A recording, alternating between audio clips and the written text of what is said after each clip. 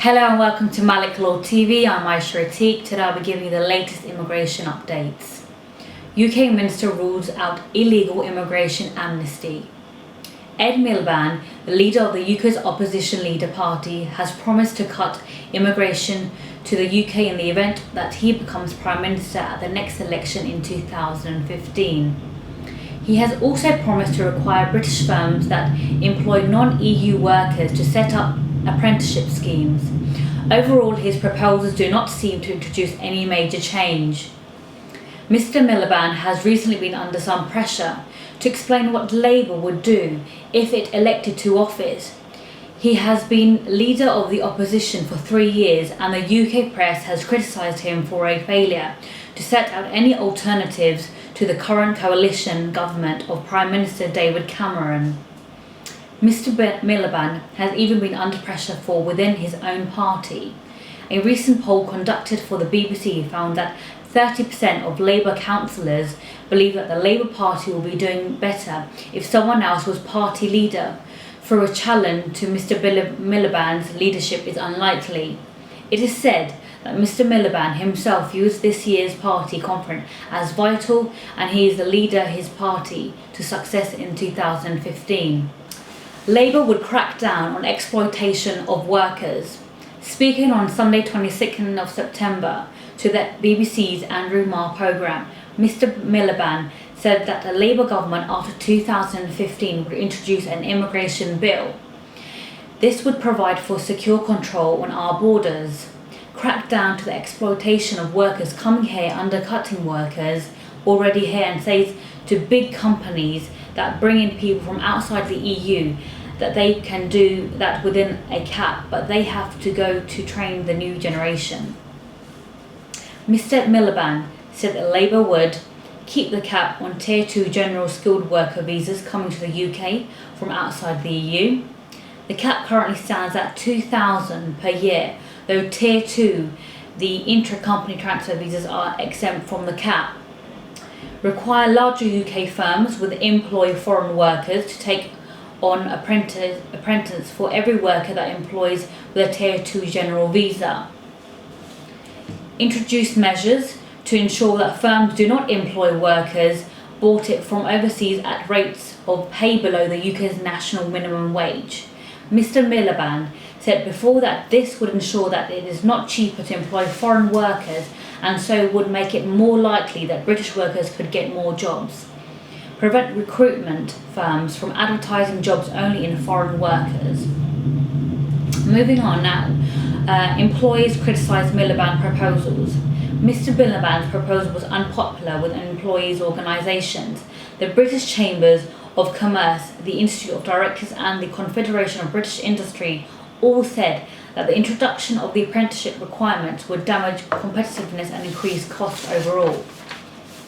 John Longworth of the British Chambers of Commerce claimed that the scheme would not help control immigration and would help young people to get jobs either. Minister says UK public hold toxic views on immigration, 23rd of September 2013. The UK's Business Minister Vince Cable has told the audience at the Liberal Democrat Party conference that toxic public opinion in the UK makes it difficult for politicians to make a sensible business-based case for immigration. Mr Cable told a fringe meeting at the conference in Glasgow that it was difficult to make an economically rational case for immigration because we are dealing with an absolutely toxic public opinion. A business minister, Mr Cable, has argued that foreign workers are vital for the British economy. He has also argued that international students make a valuable contribution of about $12 billion a year to the UK economy. However, he has found that his pro-immigration has met with opposition in the press from within the government. The UK minister promised to cut immigration. Now we'll be talking about the various steps taken to the cut total.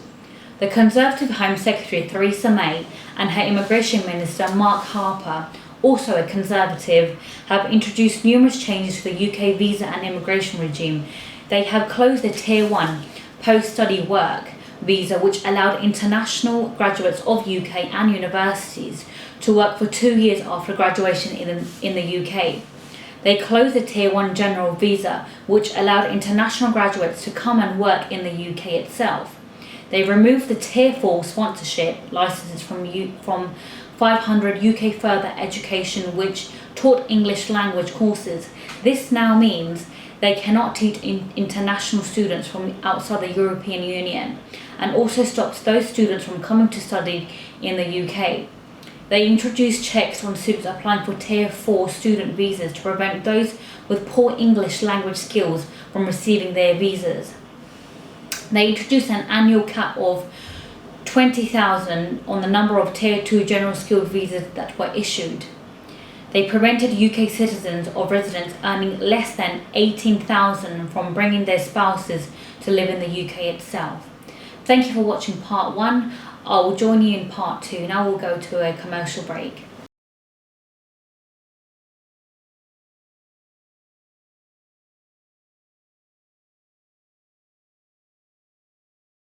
Hello and welcome to the second segment of the show. Now we're talking about the net immigration, which has fallen over 100,000 since the year 2010.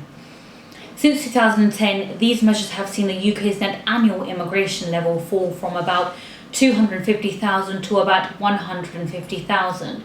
Mr. Harper said that he expects to meet the 100,000 target by the year 2015.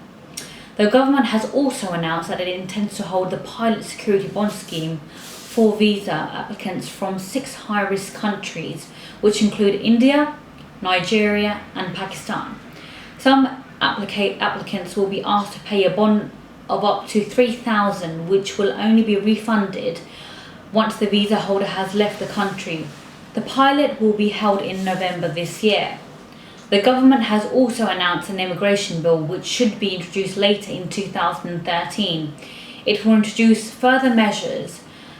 Among these, it is a proposal to make foreign nationals living in the UK pay an annual levy of 200 to pay their healthcare in the UK. Students will have to pay this fee also. Without Lib Dems, changes could have been a lot worse. Mr. Cable said it was very difficult to make the business case for immigration because opinion polls continually show the UK public considers immigration to be an important issue for voters. He said, "We are a Liberal Party economically and socially. The natural instincts to our party are to be liberal, minded and rational where immigration is an issue. But we also see these surveys which show that immigration is number 2 in everybody's political preoccupations. After the economy, you can't ignore your constituents." Thank you for watching my new segment. Join me next week where I'll be talking about more immigration news updates.